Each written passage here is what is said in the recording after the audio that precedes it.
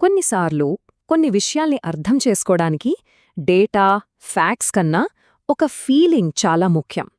ఈరోజు మనం చూడబోయేది సరిగ్గా అలాంటిదే. ఇదొక వాదన కాదు, వాస్తవాల చిట్టా కాదు. ఇది కేవలం ఒక మానవ అనుభవం నుంచి పుట్టిన ఒక ఆవిష్కరణ, మనందర్నీ ఆలోచింపజేసే ఒక ప్రయత్నం. సో ఇప్పుడు మనం వినబోయేది అదొక సిద్ధాంతం కాదు, ఏ అనాలిసిస్ కూడా కాదు. చాలా సింపుల్గా ఒక మనిషి గొంతు, తన అనుభవాన్ని, తన ఆవేదనను మన ముందుంచుతున్న ఒక స్వరం. ఈ కథ ఇక్కడి నుంచే మొదలవుతుంది. ఒక సృష్టికి, దాన్ని సృష్టించిన వాళ్లకి మధ్య సంబంధం ఎలా ఉందో ఈ గొంతు ఎలా చెప్తుందో విందాం. నిజమే కదా, మొదట్లో అదొక ప్రాణంలేని రాయి అంతే.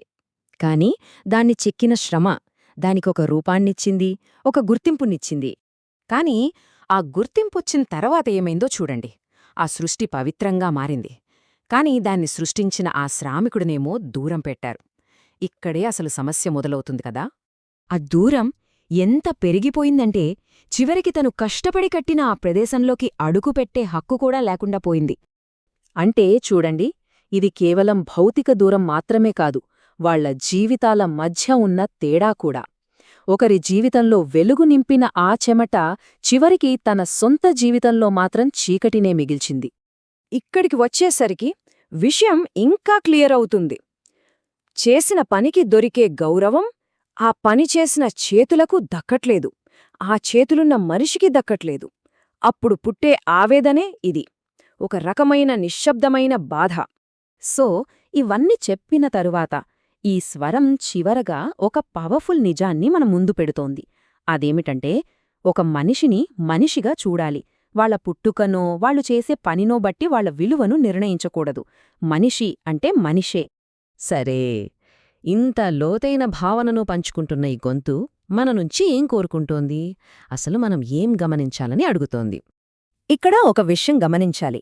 ఈ గొంతు ఎవ్వరినీ వేలెత్తి చూపట్లేదు, ఎవ్వరినీ నిందించట్లేదు. కేవలం 3 విషయాలను మన దృష్టికి తీసుకొస్తోంది అంతే.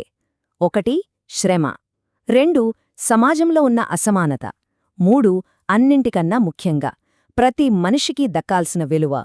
ఇక్కడ ఒక చాలా ఇంట్రెస్టింగ్ పాయింట్ ఉంది. అసలు ఈ మాటల వెనక ఉద్దేశమేంటంటే, ఇది కేవలం బాధను చూపించడం కాదు, కొన్ని నిజాలను గమనించమని చెప్పడం. ఇది ఎవరిమీదో యుద్ధం కాదు, మనందరం కలిసి మార్పువైపు వెళ్లడానికి ఒక దారి అంతే. ఈ సందేశాన్ని తెలియచేయడంలో ఒక పద్ధతి ఉంది, ఒక ఫిలాసఫీ ఉంది. దీని చెప్పిన వాళ్ళు దాన్ని విత్ లవ్ అనాలజీ అంటున్నారు. అంటే ప్రేమతో అర్థం చేసుకోవడం అన్నమాట. సరే, ఆ పద్ధతి ఏంటో చూద్దాం. ఈ పద్ధతిలో కొన్ని ఎమోషనల్ రూల్స్ ఉన్నాయన్నమాట. చెప్పేటప్పుడు స్వరం మృదువుగా ఉండాలి, నిశ్శబ్దంగా బలంగా ఉండాలి. అంతేగాని కోపం, నిందలు, లెక్చర్లివ్వడం లాంటివి అస్సలుండకూడదు. ఎందుకంటే ఇక్కడ పాయింట్ గొడవపడటం కాదు, ఎదుటివారికి అర్థమయ్యేలా చెప్పడం. అందుకే వాడే మాటలు కూడా చాలా సింపుల్గా ఉండాలి. ప్రతి వాక్యం నిజ జీవితానికి, శ్రమకి, గౌరవానికి కనెక్ట్ అవ్వాలి. ఇంకో ముఖ్యమైన విషయమేంటంటే, ప్రతి లైన్లో ఒకే ఒక్క క్లియర్ ఐడియా ఉండాలి.